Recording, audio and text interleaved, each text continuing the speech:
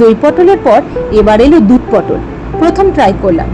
প্রথমে পটলগুলোর খোসা ছাড়িয়ে নুন, হলুদ আর চিনি মাখিয়ে নিলাম। আর অন্যদিকে 1 কাপ মতো মুগ ডাল হালকা ফ্রাই করলাম। ফ্রাই করার পর প্রেসার কুকারে নুন আর হলুদ সহযোগে একটা হুইসেল দিয়ে আধ সেদ্ধ মতো করে নিলাম। আর অন্যদিকে পটলগুলো ভাজতে দিলাম। ডাল আধ সেদ্ধ হয়ে গেলে তার সাথে নিলাম আদা ক্রাশ করে, 2টো শুকনো লঙ্কা, দুধ আর গোটা জিরে।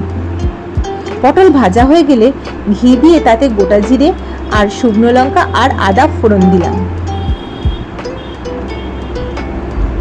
আর দিলাম 1 চামচ মতো জিরে গুঁড়ো। নাড়াচাড়া করে ডাল আর পটল যোগ করলাম। আর দিলাম স্বাদ মতো নুন আর চিনি। ফুটে উঠলে দিলাম দুধ। ব্যাস তৈরি দুধ পটল গরম ভাতের জন্য।